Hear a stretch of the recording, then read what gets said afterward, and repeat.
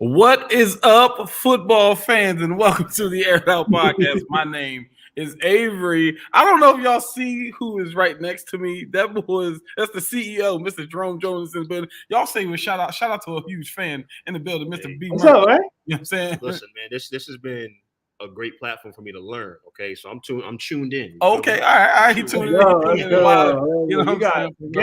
You got guess on guess. You feel me? You know what I'm saying? We got the CEO back in the building though. It's been a while since we had the CEO in the Air It Out Podcast. Bro. I'm happy. Wow. I'm happy. I'm not mad at it at all, man. Yeah. So we here and we out here. You know what I'm saying? It's me and you for now. We got some people coming on, dropping. I'm not even. Here we go. All right. Don't start. Don't start. I'll kick you off. Don't. I know you're the CEO. I'll kick you off. Okay.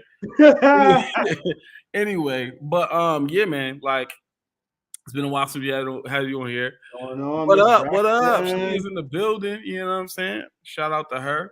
And Darren. Shout out to Coach who couldn't be on. Hey. Miss Braxton. Uh-oh. You already know. I'm not gonna say nothing. But listen. We might as well. But Shalia, fly Eagles fly, right? Fly Eagles fly. Let me give me fly Eagles fly in the chat room, baby. We gonna have a couple guests jumping in and different things like that. With that being said, we might as well kick the show off and just start it off right now with our first topic, since you know what I mean, you repping the, you know what I mean, and Shalia jumping in the chat. But before we get into the topic, you got to show them why you had that reaction to wifey jumping into the chat. I think you gotta have to give me a second on that one. Okay, all right, I'm gonna give you a second. Yeah. Bird gang, let's go. See, look, 6-0, baby. I'm surrounded by Eagles fans. I can't. What's that, Chris? What's that, Chris? I can't do this. I'm tired already. I can't even get past the first 5 minutes. My Eagles fly. That's my favorite comment of the show. Y'all kill it.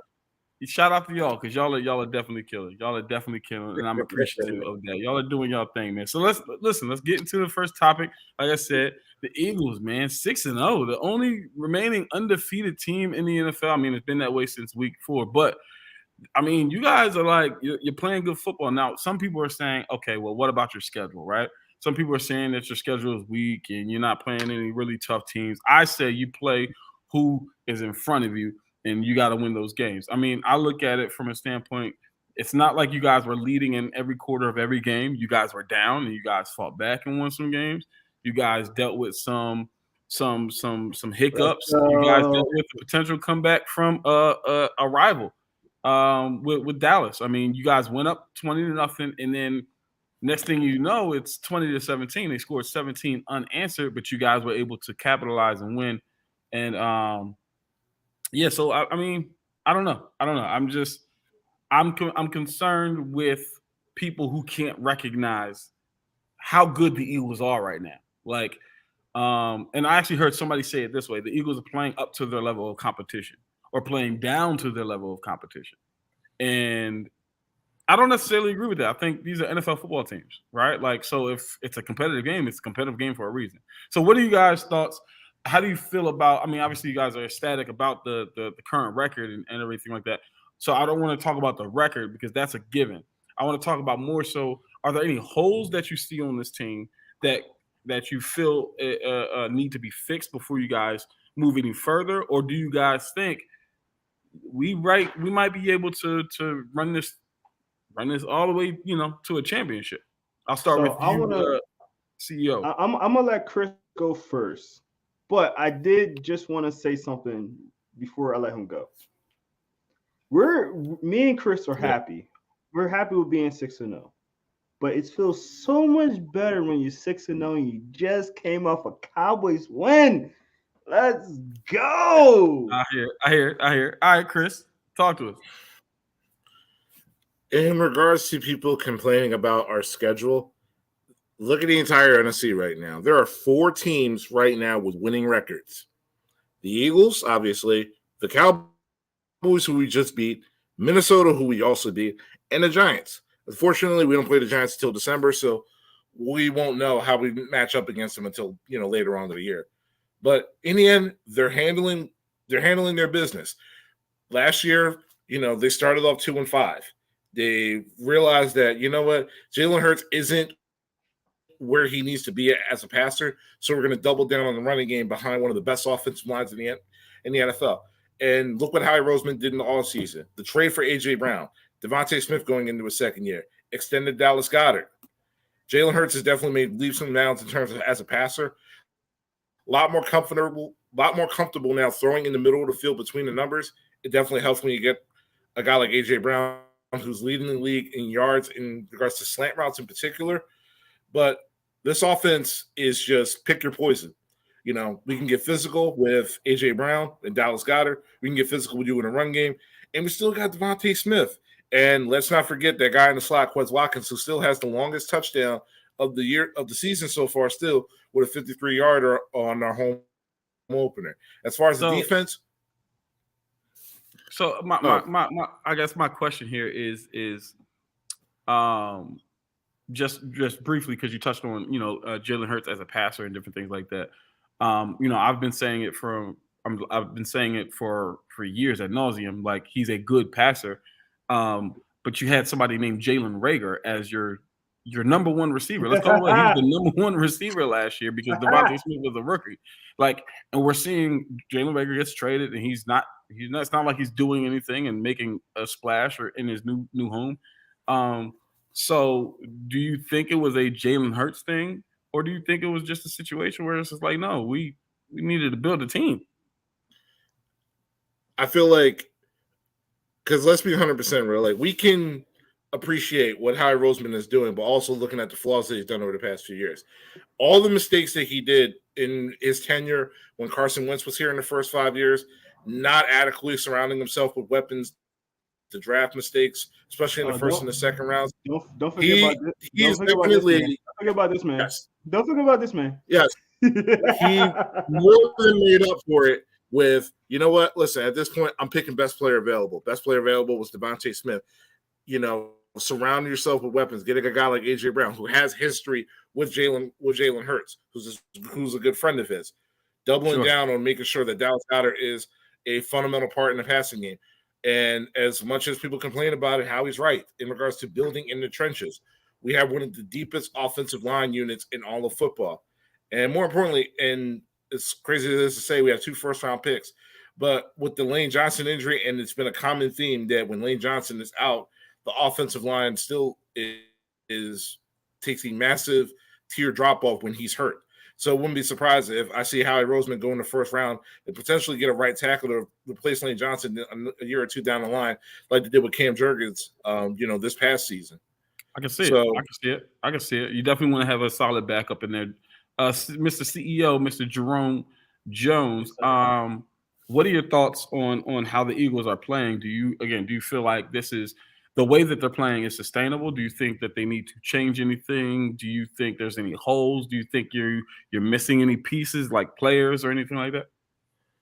So I'm going to say, first I want to start off with doing something I hate to do right now, but I'm going to do it because Chris made a great point. Congratulations, Mr. Howie Roseman. I apologize. It's not fire Howie anymore. Yes, I have forgiven Mr. Howie Roseman. Really? Phenomenal job this offseason. Hashtag lifetime contract, baby. Really? That's I have to. Don't clean your ears, man. I said it. It's real. I actually said it. I'm shocked. I forgive him. I'm shocked. Yeah.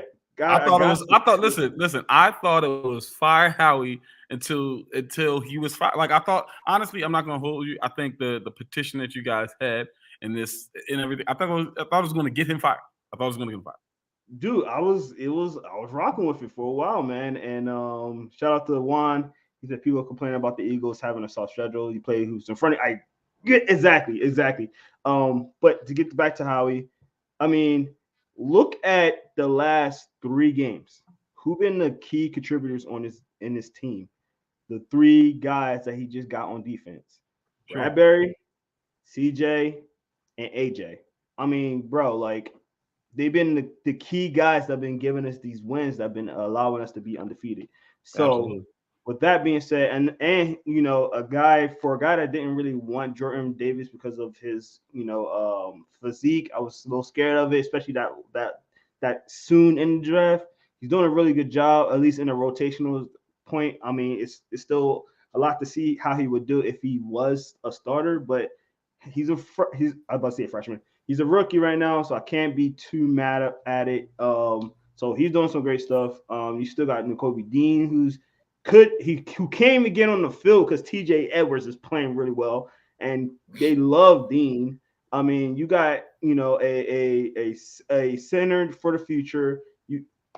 I gotta give it up to Howie. Yeah. I have to. What's crazy is Nakobe Dean hasn't even been able to get on the field because your other linebacker, I can't remember his name off the top of my head, has been playing.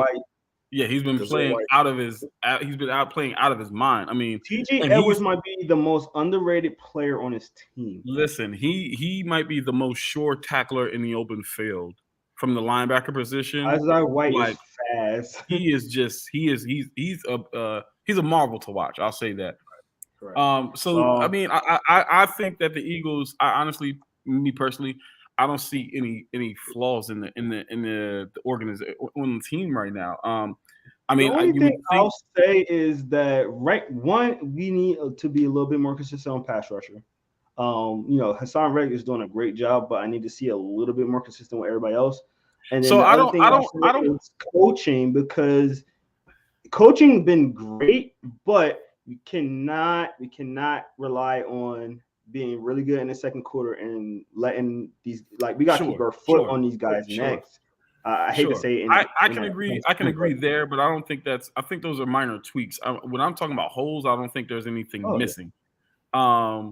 And so for me, like even when it comes to the pass rushing, like I think one of the stats that can kind of get skewed in the NFL is sacks, right? Sacks are absolutely necessary and needed, but at the same time, QB pressure in a sack though. So but I'm just saying. But even with that, QB came to Washington. QB rushes, QB hurries, QB hits, different things like that. That all plays a part, and I think you guys do an amazing job at that. So I think even if you weren't a top 10 sack team, like the fact that you're creating the pressure for the quarterback to get the ball out of his hands before he wants to, or it being inaccurate or whatever, you're causing pressure. And I think that's the last CJ pick. That was because of pressure from word. So now I don't want this to be the Eagles podcast. This is the Air It Out podcast. One last thing. Let him get one last thing, and I got one last thing as well. Go ahead. We really don't need anything else. I feel like everything is needed. The minor tweaks, the only minor tweak is that I'd rather have and I know you're probably going to think this is biased, but I'd rather inactive Boston Scott and just put Trey Sermon in, because we need that big body thumper running back. And when you look at our Super Bowl run, we had. I think they're saving it. We had Jay Ajayi, and I think Trey can. He's not going to be that guy, but I feel like he can, in spurts, mirror what we had back in 2017. I think they're saving it for the cold weather games, like toward the end of the season, where he needs, he can thump and just knock some people around. Also, I would love, before the trade deadline, I would love for Brian Burns to have an Eagles uniform. Oh, I love that, dude. I don't know about it because we're gonna have to pay a lot of people. Anyway, Jerome, you were going to say. I was gonna say that to answer your question about Jalen Hurts earlier, I still, and listen, guys, if y'all been watching me or listening to me for a while, I've been talking about Jalen Hurts was not a second round pick. I still stand by that, but it is the development of him. It is. He's been going by strides. Now, I still think he's limited in his passing, but as far as his intelligence, as far as him understanding what's going on defense, which they said that he couldn't do last postseason. Not true. I think that he progressed so much in that he literally that locker room is his. He, everybody love him. The camaraderie they have, the atmosphere. I am a firm believer in Hurts now. I really am. It took me a little bit to really be convinced. I'm convinced now. I like it. I like it. I'm not mad. I've always been convinced he's one of my favorite players. He's really, really good. We're going to move into our next topic, but I'm going to leave you Yeah, two. Russell Wilson didn't want to come here. But I'm going to leave it to you two guys to get into this next topic. I have to go. But it's been a pleasure joining with you guys. So I was just introducing the next topic. So it's going to be the Eagles. Listen. I'm gonna introduce the next topic, which is there's so many trade rumors around the NFL. So many. I mean, from Christian McCaffrey to Elijah Moore it's so much going on. I mean, you can't really keep up with it. And I'll just ask you these questions while I bounce out. Who's getting traded? Well, Chris, man, we just talked about one of the trade rumors out there with Brian Burns. It seemed like a lot of the Panthers are having a lot of trade rumors with the departure of Matt Rule. So I heard Christian McCaffrey. I actually just heard about DJ Moore now. Brian Burns is the name that's out there. We just heard Elijah Moore said that he wants to. He was questioning trade. I just see something about Claypool being traded possibly. Yeah. So what are some rumors that you heard of, man, or what rumors do you think maybe be true? It could be true. Okay. DJ Moore, Chase Claypool, Elijah Moore. If Green Bay doesn't get on any of these three wide receivers, Aaron Rodgers. For goodness sakes, like you let go of Devontae Adams, you got draft picks back, but those draft picks aren't developing fast enough. For Aaron Rodgers' timeline. He's in year 18. He's 38 years old. He's on a massive extension. If you're serious about making a Super Bowl run, because the Vikings aren't going anywhere, they're 100% legit. Yeah. So you got to make a trade for one of these guys. And particularly, I like DJ Moore. But I also like the idea of Chase Claypool, big body receiver, 50-50 guy. That's the archetype of wide receiver that Green Bay doesn't have right now. Hopefully Christian Watson be able to develop some hands, and he's already shown speed and the ability to get open. Romeo Doubs is a good possession wide receiver, so you're going to need that big body wide receiver red zone threat. So I think Claypool to Green Bay makes the most sense. Yeah. Before we get back to the trade rumors in Green Bay, everybody's saying that the Eagles, and I gotta spin it back to the Eagles. Everybody's saying that the Eagles haven't played anybody. We probably had our best game against one of the best NFC East NFC conference teams, and the Vikings. Like that's probably one of our best wins, and they're probably the second best team. 5-1. They're 5-1, and they only lost to one team. And you want to guess who that is? Yes. So for you guys are saying that we haven't beaten anybody, we got the Vikings, we got the Cowboys now. Like, what's up? Like, get off of us, man. Anyway, we have the Lions who had one of the best. I'm pretty sure they still have one of the higher offensive in the league. So scoring offenses. Anyway, to get back to the Green Bay, I do agree with you. The Green Bay should get at least one of those wide receivers. I don't know about Claypool. I agree with exactly what you're talking about, but the fact that I don't think Claypool will fit that environment, especially with Aaron Rodgers, because simply Claypool is one of those guys that lose focus a lot, and to bring him to Green Bay is kind of counterintuitive because you already have a bunch of young receivers that can't seem to grasp what Aaron Rodgers wants. And Claypool already demonstrated that he can be a knucklehead sometimes. He can be, do some real knucklehead stuff, so really into social media and, worried about this and that outside of just football too.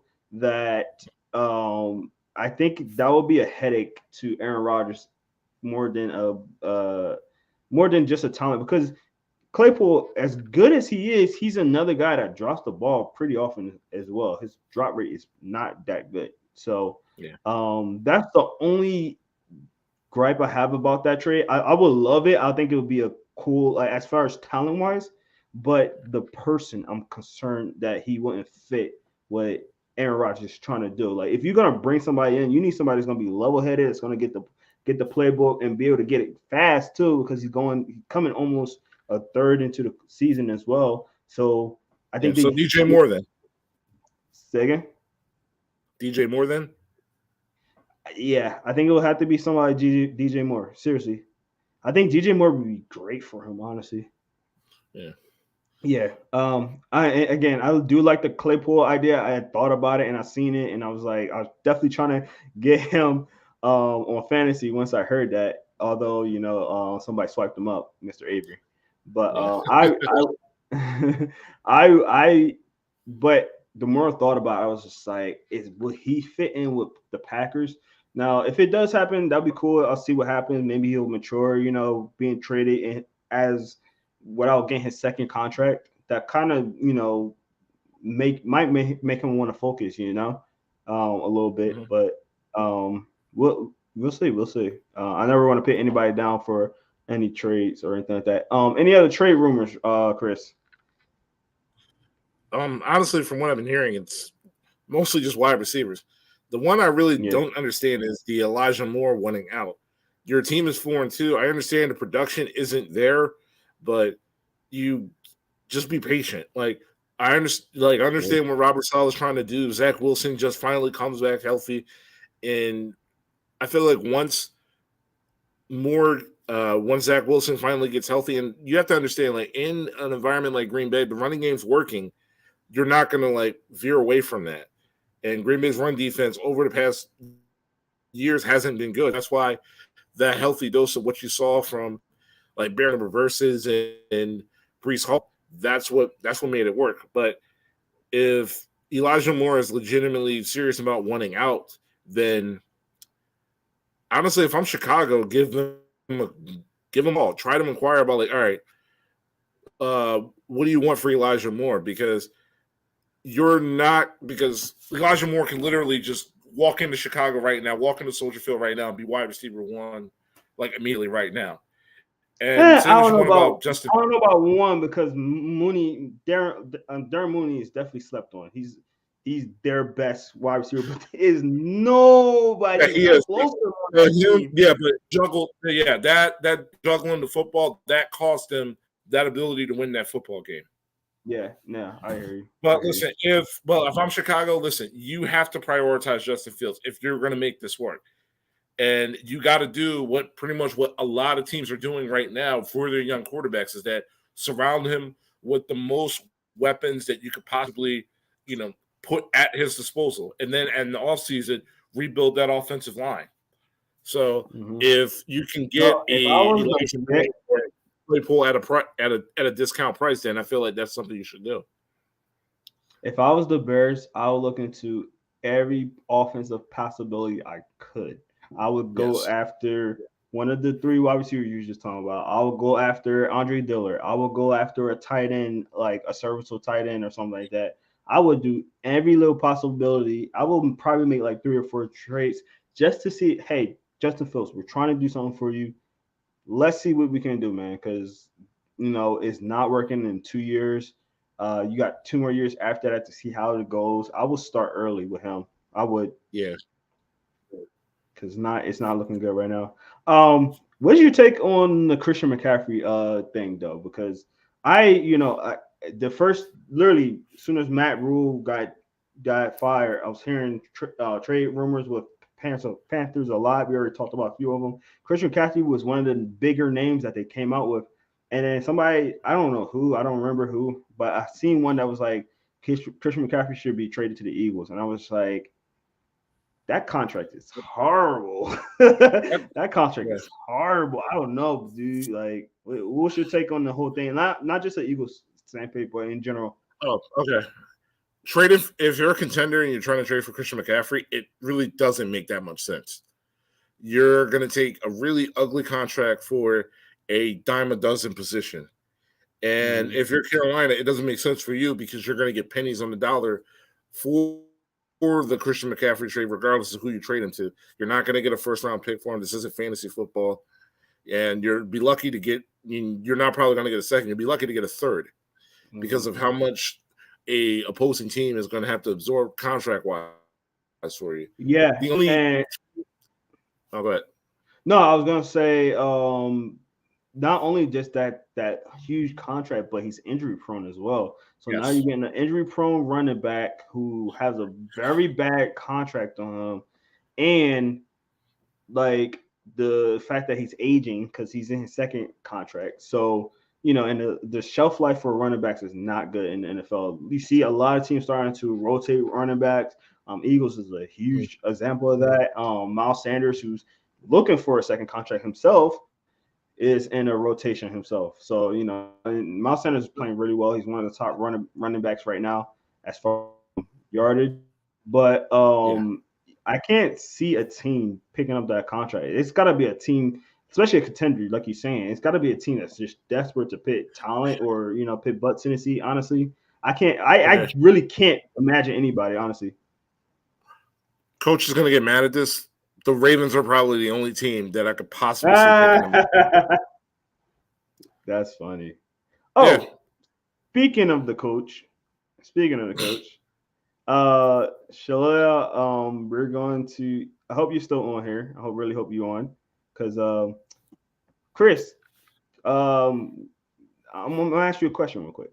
Coach Braxton, what's his team? I thought it was Baltimore. Are you sure? Are you sure? Are you sure? Because it looked like he's an Eagles fan. It looked like he's an Eagles fan. It looked like he's an Eagles fan. Red-handed. Oh man, Caught him. Coach, I'm sorry, you can't even put this on the wife. Caught him red-handed. I'm here to do it. If that's your team, that's your team. You can't put that on the team. He got caught red-handed. I'm telling everybody, so everybody that's gang, when you see this man, he is an Eagles fan for life. It's okay. Hey, there's still room on the bandwagon, my boy. There's still room. It's still room. Hey, listen, when the time comes, we'll probably pay Jalen Hurts. I don't know about Baltimore paying Lamar Jackson. I had to do it to him, man. I had to do it to him. Let's get to our next section real quick. Thursday night football, man. It's Thursday. We got the Saints. We got the Cards. We making this an Eagles podcast. We're gonna make it all about the Eagles because guess what? The Eagles got the Saints first round pick. So, Chris, I'm pretty sure you want who I want to win. But realistically, tell me how this gonna turn out, man. Every week, a Saints loss brings us closer to Will Anderson. But in all seriousness, I'm going to go with the Cardinals. The drop-off of Kyler Murray's production when DeAndre Hopkins is available as opposed to when he's not is massive. We've seen it for the first 6 games.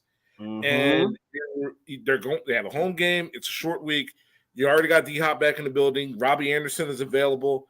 And the Saints, Michael Thomas isn't playing. Marshawn Lattimore's not playing. They got a lot of injuries. So this is an opportunity for Arizona to right the ship, get back on the playoff trail, and actually give us some offensive production finally that we've been lacking over weeks on Thursday night football. I'm gonna say this. I'm so glad that DeAndre Hopkins did not play in that game that we played on because that game was close and he would have made a difference, man. I'm telling you, like, I don't know if he's pretty. I mean, he's about to make a difference on my fantasy team. Dude, but no, in all seriousness, they get a major key back on their offense, and now they can, Marquise Brown just went down, so he's coming back at the perfect time. It just required Robbie Anderson, who is one of the Panthers trades that they just started once the trade went. He's not going to be able to get the full game plan. I'm hearing he's going to be on the pitch count. So having DeAndre come back now is perfect timing. I do agree that the Cardinals should win tonight. The Saints are all types of banged up, which been contributing to the record. Honestly, they had that one game when what's their quarterback name again? Quarterback slash tight end slash wide receiver slash Taysom Hill. Taysom Hill went crazy, but I don't know if you can sustain that each week. That's like one of those gadget guys that you bring in and do like that. So, final thoughts on the game, Chris? Because I know you have to go. I feel like it's going to be a statement game for the Cardinals. They're 2-4 right now. D-Hop is back. We've been seeing him, posting the promotional videos about his return. So I expect no less than about 10 targets because that's Kyler Murray's number one guy. So I'm expecting a 27-10 victory for the Cardinals. I like that number. I was going to say like 24-10 as well. I'm going to say 20. So not one field goal a little bit less, but I like the score, Chris. But that's going to do it for us today, man. I'm sorry that, we had to get off kind of early. But see you guys. What happened? Oh no, I gotta go right now. Once again, appreciate you. Appreciate you, Chris. 6-0. Have a good one. 6-0, baby. 6-0. But that's gonna do it for us today, guys. Make sure you go check us out on Instagram, Facebook, and Twitter. Make sure you find us on all of our platforms. And if you're on YouTube, make sure you hit that like and subscribe so you know we are live. Like our live chat people. So Shalia, we appreciate you. Juan, we appreciate you, and everybody else that's on and get on, we appreciate you as well. If you can't get on our live, that's fine. Go back and hit watch the replay, and with the replay you can comment later on. So we definitely make sure we comment back on everybody as soon as we can. So make sure you do that as well. And any questions, any concerns, anything you want to add to the podcast, definitely put it in there, man. I know I'm not here all the time, so everybody left me. You see this, right? But I'm gonna rep my Eagles, man. Go Eagles. Go Michigan. Both my teams are undefeated right now, so I'm super excited about that right now. So thank you guys for checking out Inside the Hash. I love all the support you guys been giving us so far this season and everything since, man. And make sure you definitely hit up our Twitter, man. We're blowing up on Twitter. We're doing some great stuff on there. So make sure you check that out because we got some great content on there as well. So thank you guys so much. I'm Jerome Jones. Not your typical host, but I'm closing up today. So thank you guys so much. See you next time. Peace. Have a good one.